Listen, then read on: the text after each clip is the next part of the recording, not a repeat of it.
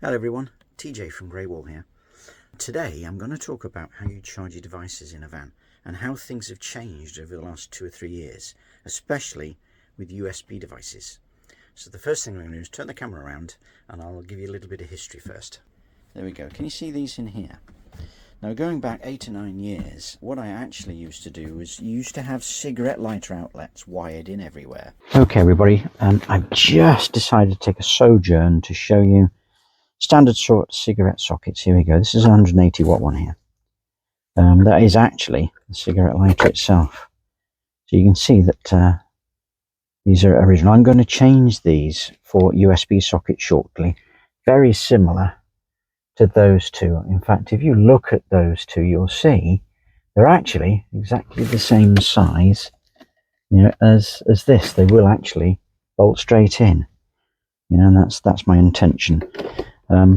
So I've just done that very quickly because I realized when I was showing the video of me talking about cigarette lighter sockets, etc., that I hadn't videoed any, so I thought I'd come and video these and I'll edit it in. And then you'd plug in something like this. I don't know if you can see it on here. This is presenting two USB female sockets, all right, on an adapter that you would plug into a cigarette point, a cigarette lighter point, and you run a cable from that to charge your phone and various things. But the standard for USB-A is 1 amp, which you can see here is on that top socket up here. Now the one below is non-standard and presents and is capable of charging up to 2.4 amps, but it's actually non-standard, and depending on the device you plug in, it can actually cause some problems. So I've got other ones in here. Look, there's another one here. This one is actually the first one that was hybrid. It's presenting 2.4 amps below and QC3 above, which stands for Qualcomm. And that's how things started to change. It's still on a standard sort of cigarette lighter socket here, but QC3 is very interesting. It was the first standard that started to come out that was designed to negotiate. This port negotiates with the device that you plug it into, the device you want to charge, and will actually negotiate the device on both the voltage that it presents and the current that the device wants. So it's an improvement, quite a good improvement actually. So I've got a couple of those in here. I've got other ones. Let's have a look what else. That's just standard, I think. Yeah, outputs 1 amp or 1.2 amps on that. There's another one there. What's this one?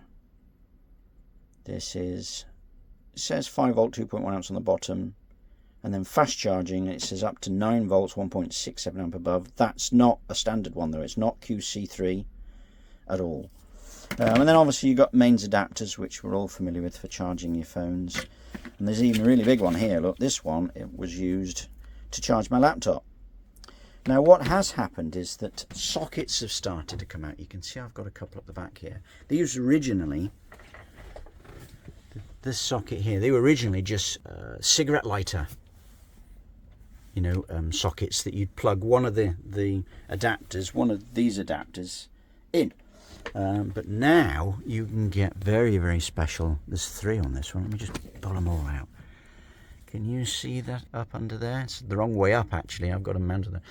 That's got not only has it got QC3 in there, but it's actually got the center one, PD. It's upside down there. Now I might have to turn it around, mightn't I? For power delivery on USB-C, and it's the same on this one as well. I've got one cable in for that. Now the beauty about modern socketry, I've got the same over here. They're covered up at the moment, but I've got a couple in there as well. And if I walk down the front of the van, I have to excuse me going for wandering down through my van. Here we go. You can see I've got my laptop here. Look, on which charges on that big white brick back there.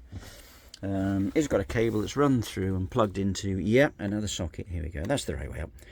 QC3 above, and it's plugged into the center one, which is PD for power delivery. And I've got something simple here. Look, there's also a PD one here, and it's switchable. I think this one. There we go, look. Alright, and I can plug into that. And the beauty is I don't need the mains brick anymore. Okay, I can charge my laptop up via a 12 volt input, and these sockets will output up to 18 volt and up to about 5-6 amp. So they'll negotiate through the cable with my laptop. They negotiate with my laptop, and my laptop says I want 65 watt and I'll take 18 volts if you got it, and it'll give it. And the back of that is some heavy duty wiring which I've run underneath and down through a fuse to the habitation side's 12 volt supply. And I've got virtually everything set up that way in my van. It's perfect. It means I don't need my inverter on. Let me just change. Yeah, so truck going past. It just means you don't need to have a main supply. You don't need to have an inverter on while you're doing it. Everything runs on 12 volt, which means the solar paneling can take care of everything during the spring and summer for sure. And all this stuff down here really has become a bit redundant. All the adapters have become redundant. And they're quite cheap. You can pick up a PD/QC3 socket now for about £9. And over time I've gently changed all of what used to be the cigarette lighter sockets for that. Okay everybody, I thought I'd finish this particular video with a little bit more about why it's so important to try and move across to USB charging for pretty much every device you're using. I have a 2 kilowatt inverter. In fact, it'll wind up to nearly 3 kilowatt for a short period of time. And perhaps what people don't realize is that when an inverter's switched on and doing nothing, it uses about an amp of power. So it's using 12 watt to do nothing. If you then actually use it, their efficiency is not as good as you'd think it would be. They're just under 90%. They're typically about 87, 88% efficient. That efficiency drops the more power you demand from your inverter.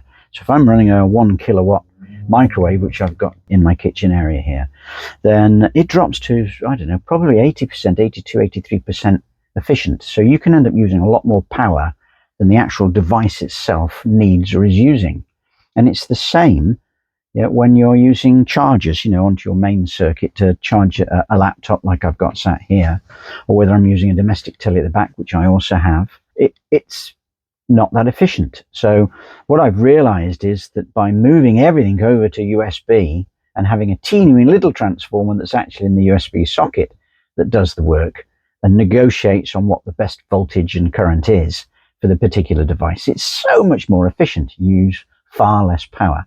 That's why I've changed over and why I'm advising you to do the same too. Now, as an additional video, I've also done a video on how I get entertainment while I'm sat at the back. When I use my domestic telly, plus I've got a Mains Marantz THX receiver with full surround sound and subwoofers. And when I don't use that, i.e.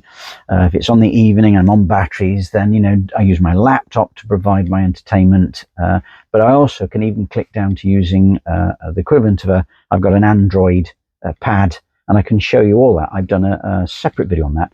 Keep an eye out for that on my channel and go and have a watch that, and you'll see then just how important USB can be. Okay, thanks for watching.